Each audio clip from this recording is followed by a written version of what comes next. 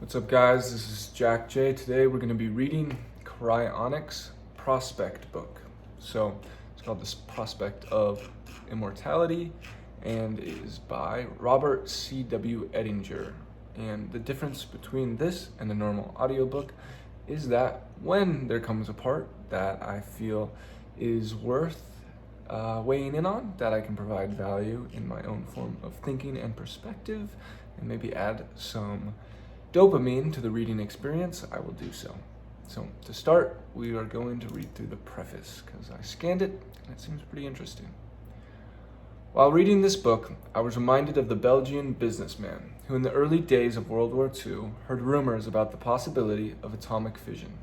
He ordered a large supply of uranium from the cargo and sent it to warehouses near New York just in time for the atomic bomb project.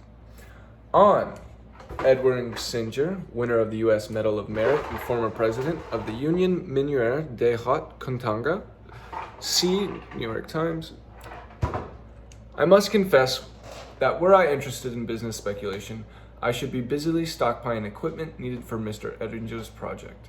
Unlike the creation of the atomic bomb, Mr. Ettinger's proposals are so completely benevolent and humanitarian in their intent, so much so that readers may wonder why scientists and physicians are not already applying low-temperature techniques, cryobiology, to extend human life.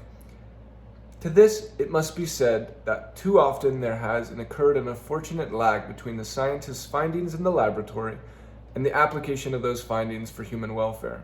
In 1928, for example, Sir Alexander Fleming discovered that penicillin was remarkably effective in killing germs, but he lacked the capital to prepare sizable quantities of the substance, and nothing was achieved until the massive casualties of World War II stimulated a cooperative search by government and business in Britain and America. By 1944, the drug was performing medical miracles. But what about the lag between 1928 and 1924? No one can calculate the cost of those 15 years in human suffering. It has been the same with other much-needed innovations. The first anesthetics were suggested in the early 1800s, but 40 more years of anguish passed before surgical operations became painless. An even longer struggle was necessary before this benefit was extended to women in childbirth. That's a very true thing, and it makes you wonder what we do have right now that's being underutilized. Many more illustrations could be given indicating what I think is the most outstanding virtue of Professor Ettinger's book. He is trying to bridge a gap between the world of the research laboratory and that of everyday practice, because he has come upon something which holds great promise for mankind. He has spent years searching the technical literature in a careful and responsible way in order to prepare himself for a vital role, the arousing of general public demand for a new service which science can offer, and the stirring of the conscious of physicians, lawyers, businessmen, and government officials so that the demand will be met. Mr. Ettinger feels that what he is calling for may happen anyway someday. To some degree, it already is happening. But what he wants to be sure of is that it will happen as soon as possible and in the best possible way. That is why he has adopted a stirring, optimistic writing style, and in my opinion, he is justified in doing so, because he has a solid grasp of the physical, chemical, and biological processes he discusses, and a hard-headed appreciation of contemporary technical, economic, and social realities. What is this revolutionary development in science? In brief, it is this. If a man dies today, it is no longer appropriate to bury or cremate the body, for there is hope that by keeping it at very low temperatures, physicians of the future may be able to revive him and cure him. And if someone has an incurable disease, it is not good practice anymore to let him succumb. It is preferable to put the patient into low temperature storage until better medical facilities become available, or until a cure is discovered. In regard to the scientific and medical basis of this concept, we are fortunate in having the excellent preface by Dr. Rostand, who is world-renowned both for his laboratory research and for his understanding of the social and philosophical aspects of science. As Mr. Ettinger states, Dr. Rostand in 1946 was the first to report the protective action of glycerol in the freezing of animal cells. It is also noteworthy that the English scientist Dr. A.S. Parkes, in whose laboratory the glycerol phenomenon independently was rediscovered in 1948, also has spoken favorably about the possibility of cryogenic preservation of the body for indefinite periods of time. Mr. Ettinger represents the latest spokesman for a worthy American tradition, going back as far as Benjamin Franklin, that eminently practical inventor, philosopher, scientist, and statesman, predicted in 1780 that scientific progress would bring about means to lengthen lifespan beyond 1,000 years. There's something cool called longevity escape velocity, which is where we, in 1 year of time, increase our lifespans a year or more. And if we can do that repeatedly, we would never die.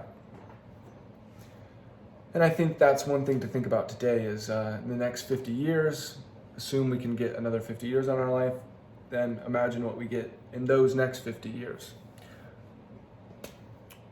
Meaning right now, we could possibly lurch into a timeline that is immortal. But if not, backup plan would be what we're reading about right now. So, and maybe you won't be frozen for that long. Franklin was delighted with the advances of his time. The lightning rod, inoculation for smallpox, the steam engine, flying balloons, and he yearned to see the developments of the future. In a letter to a French scientist, he expressed the wish that he might be awakened in 100 years to observe America's evolution. The great English surgeon John Hunter had a similar idea, hoping to arrange thawing for 1 year out of every 100. Franklin was also keenly interested in experiments in resuscitating persons apparently dead, from drowning or electrocution. In fact, the 18th century was fascinated by such activities. The main pioneers in reviving the dead were the humane societies, set up in Europe and the United States after 1767. They had to overcome some scorn and ridicule because among ignorant and superstitious people, attempts to rescue drowning victims or trapped coal miners were considered utterly foolhardy.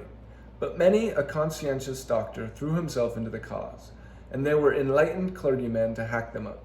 The Quakers of Philadelphia aided these reforms, and also the great Methodist John Wesley was called into the campaign. An Episcopalian minister, not sure if I'm saying that right, concluded in a sermon in 1789 that the humane societies deserved his blessing.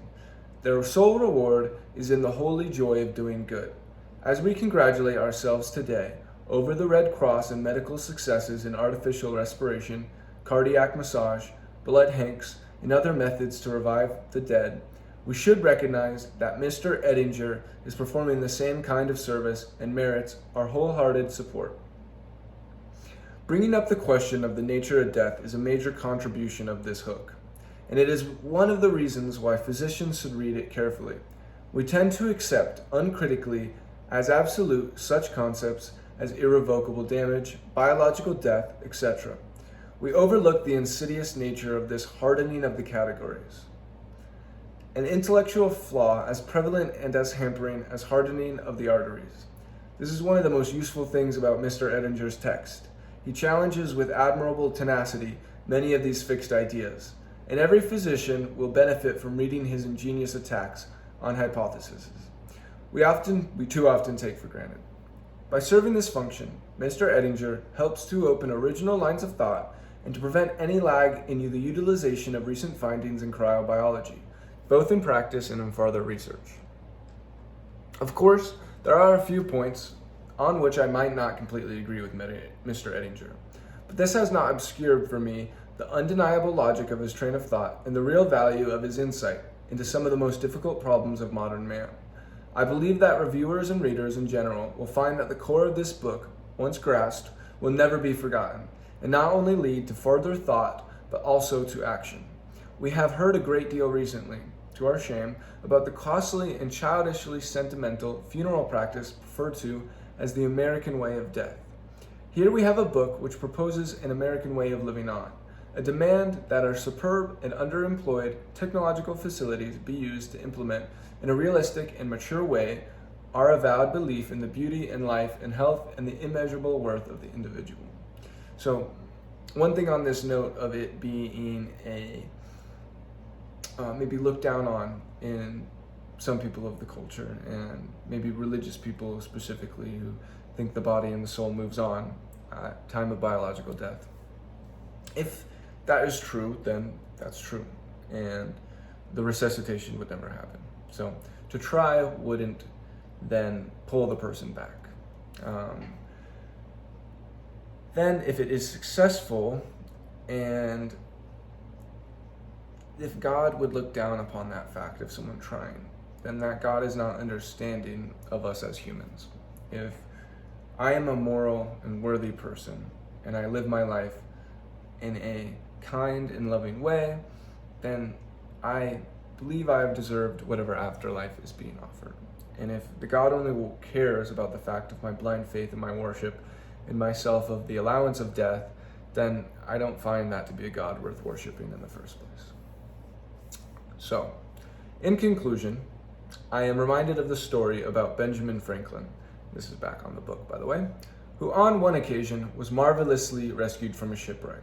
Having expressed feelings of gratefulness and thanksgiving, he was asked if he intended to build a chapel to memorialize his escape. "No, indeed not," he replied. "I'm going to build a lighthouse." It is my considered opinion that Mr. Ettinger, too, has built a lighthouse, one which throws a powerful light into the years ahead. In the first sudden brightness, some persons will be startled. Others will ponder curiously the strange and unexpected ways that old perspectives and landmarks have been altered. But those who have faced the pain and the loss and the maddening absurdity of human death, whether on a wartime battlefield or in a dingy hospital ward, those persons will feel this illumination as a welcome glow of hope in a world which has been waiting so very long. And we have been, and this may be the first time that it is possible for a conscious being to consciously extend their life. And anyone who says stuff is unnatural, well, we as humans are a part of nature, and just as an ant builds an anthill, and an anthill is a nature and natural, anything we do, I would then consider natural. About a century ago, Edmond About, a fine French writer, and one of the precursors of science fiction, published a short novel called The Man with the Broken Ear. In this diverting tale, he tells a professor of biology who dries out a living man, and then, after a suspension of life lasting several decades, successfully resuscitates him. We're not off to a good start. This is the preface, by the way. What was, in 1861, only an amusing fantasy has in time taken on a rather prophetic air. For, in the light of recent scientific developments, a similar method of preserving a human being no longer seems so impossible. We have learned from the experiments of Hahn de Becquerel and others that some animals of the lower orders, Rotifera, tardigrade, Anguilla, some vegetable seeds and some microbes, can have all internal activity interrupted for a long time by being reduced in temperature to close to absolute zero, and then, upon being thawed, resume all normal functions again. But more than this, researchers report having observed resurrections of this sort even among higher order animals. Though the entire animal may not have been involved, it is definitely the case that a significant amount of tissue and even whole organs were thus frozen and revived.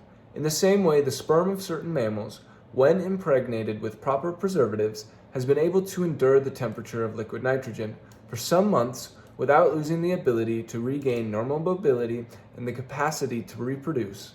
Likewise, the heart of a chicken, after undergoing a similar supercooling, was able to heat again after being rewarmed. So it is not out of the question to anticipate future successes of greater and greater complexity.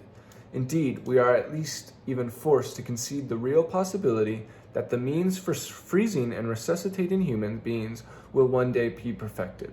At however distant a time this may be, this certainly is the opinion of M. Louis Hay, one of the most competent and contemporary biologists in the field. He writes, "These are some very convincing reasons to think Thanks to future research, one will be able to bridge that gap that now separates the superior organisms from the tardigrade and rotifera. The solution will then be found to the problem of suspending the vital life force, perhaps indefinitely. In The Man with the Broken Ear, Edmund about envisioned only with a certain amount of humor some of the consequences for human society, which could result from the preservation of human beings.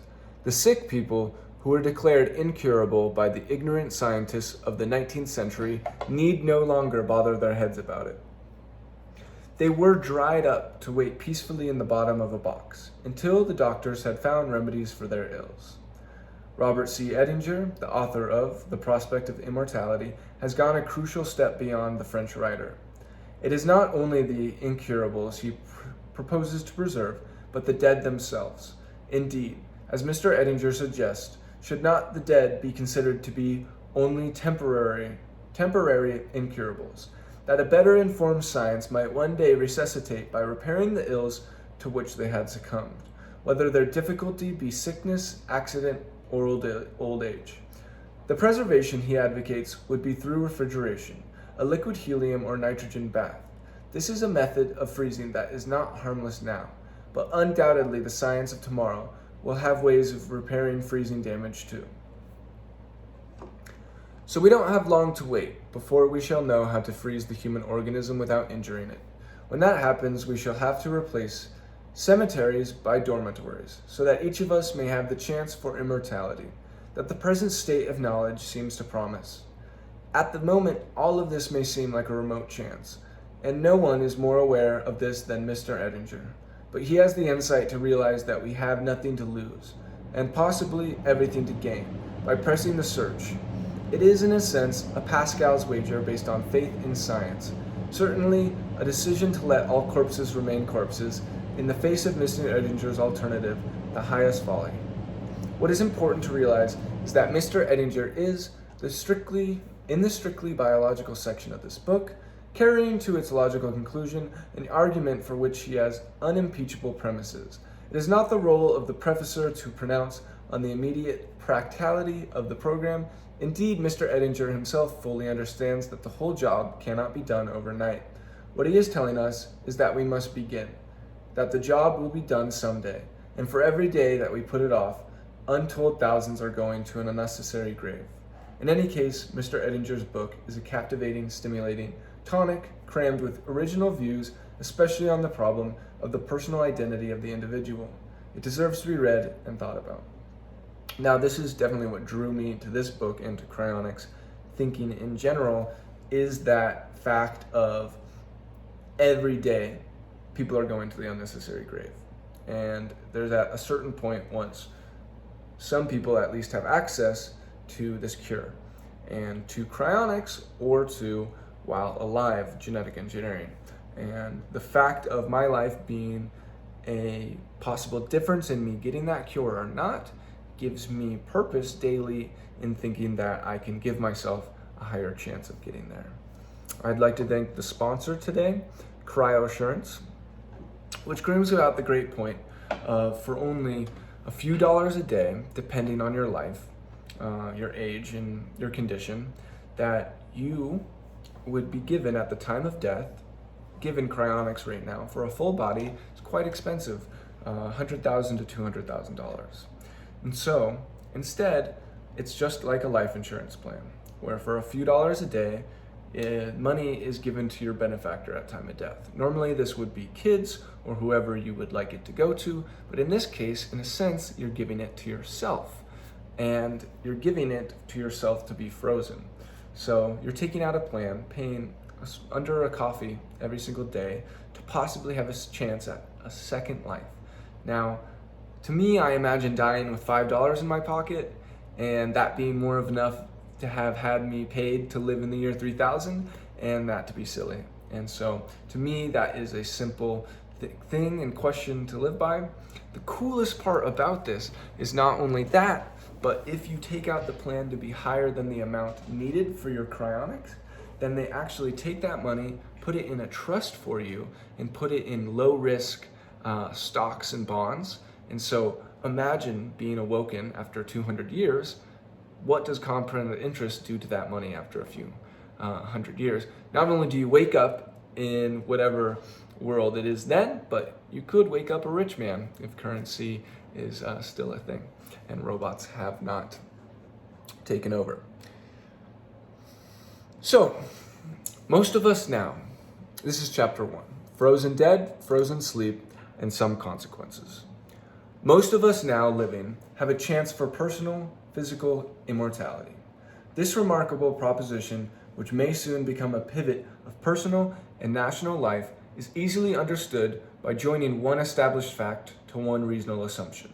The fact: at very low temperatures, it is possible right now to preserve dead people with essentially no deterioration indefinitely. The assumption: if civilization endures, medical science should eventually be able to repair almost any damage to the human body, including freezing damage and senile debility or other cause of death. Hence, we need only arrange to have our bodies, after we die, stored in suitable freezers against the time when science may be able to help us, no matter what kills us, whether old age or disease, and even if freezing techniques are still crude when we die, sooner or later, our friends of the future should be equal to the task of reviving and curing us. This is the essence of the main argument. The arrangements will no doubt be handled at first by individuals, then by private companies, and perhaps later by the social security system. That would be interesting. By preserving our bodies in a nearly lifelike condition as possible, it is clear that you and I right now have a chance to avoid permanent death. But it is a substantial chance, or only a remote one. I believe the odds are excitingly favorable, and it is the purpose of this book, of this hook, to make this belief plausible. I think it meant to say book. It does read hook. If it is made plausible, the necessary efforts will be encouraged farther to improve the odds. It is my hope that the cumulative weight of the discussion will convince the reader that his own life is at stake, and those of his family, and that his personal efforts are urgently needed in this mighty undertaking. The pun should be forgivable. It is impossible consistently to accord the subject the awesome dignity it deserves. And that's exactly my thoughts and my thinking, and that's really great to read from another mind. One of the coolest parts about it for me in terms of cryonics is, sleeping, you do see a passing of time, but there are definitely some naps, and I'm sure maybe you guys have experienced it, where it feels like you lay down and at the snap of the fingers, a few hours have gone by, you open your eyes, it feels like no time has passed, but hours have gone by. In this scenario, it would feel like no time has passed since you have no experience of it. You're not dreaming in this state. If your brain and your neurons are sufficiently frozen, then it would be like a snap and you'd be awake in whatever year, or you wouldn't if it did not work. But that is a zero risk factor for me, or at least at the small price for Cryo Assurance. So, it must be made clear that our basic program is not one of suspended animation and does not depend on any special timetable of scientific progress, but can be instituted immediately. To make sure of our orientation, let us review the meaning of suspended animation and the several kinds of death. Suspended animation refers to a standstill in the life processes of the body. It is a stasis that can be imposed and removed at will, and the subject is regarded as alive at all times. In some simple life forms, suspended animation can be produced simply by drying, and reanimation by moistening them again. In fact, certain bacteria found embedded in salt have been reported revived after hundreds of millions of years. For humans, the only likely way to induce suspended animation is by freezing, but full recovery after complete freezing has not yet been achieved with any mammal. The subtle distinction between life and death is evident in the case of the dried bacteria, which were regarded as alive merely because they were potentially capable of displaying life processes. In fact, we recognize at least 5 kinds of death, which must be kept firmly in mind. Now I want to check real quick before listing that when this book was written, just so we have a timeline of what the thinking was, and we obviously have made progress since then. So it doesn't show me right there. Just going to give a quick search. Prospect of Immortality. Book date. May 1st, 2005. So it has been 15 years at the reading of this book too. The subtle distinction, okay, we're here to clinical death. We're going to list the 5 kinds of death. Clinical death is the kind we most frequently have in mind. Its criteria being cessation of the heartbeat and breathing. Biological death has been defined by Dr. Parks as the state from which resuscitation of the body as a whole is impossible by currently known means. This is very logical, but also very odd. A frozen body might lie around for years in a dead condition, then all at once come alive, without any physical change whatever, as soon as someone found a means of resuscitation. Cellular death refers to the irreversible degeneration of the individual tiny cells of our bodies. The questions of legal death and religious death will be left for later chapters. The important point is that a man does not go like the one-horse shay, but dies little by little, usually in imperceptible graduations, and the question of reversibility at any stage depends on the state of medical art. Now, this I experienced firsthand with my aunt passing away from cancer. There came a certain point, and definitely so a generation of her in her mind, there came a certain point where she didn't recognize who I was and was already in La La Land. And the Lisa that I knew wasn't there fully. And to me, that really agrees with that point just made. That death is a gradient scale, and the amount of her that was left slowly whisked away. There was no one point when she truly passed. When her body passed, to me, she had already passed. Prior, she was just in a vegetable state for a little bit, and it was truly gruesome to experience and watch, and it was over the course of months. I don't wish it upon anyone, and I truly hope we can defeat that and not let anyone experience that. Clinical death is often reversible. The criteria of biological death is constantly changing, and even cellular death is a matter of degree, since it is possible for an individual cell to be made non-functional by minor and eventually repairable damage. Suspended death, then, will refer to the condition of a biologically dead body which has been frozen and stored at a very low temperature, so that degeneration is arrested and not progressive. The body can be thought of as dead, but not very dead. It cannot be revived by present methods, but the condition of most of the cells may not differ too greatly from that in life. There is also an interesting intermediate condition between suspended life and suspended death, which will be mentioned in a later chapter. Future and present options. At this point, I am going to take a quick break to get some water. Cut the video back in a sec.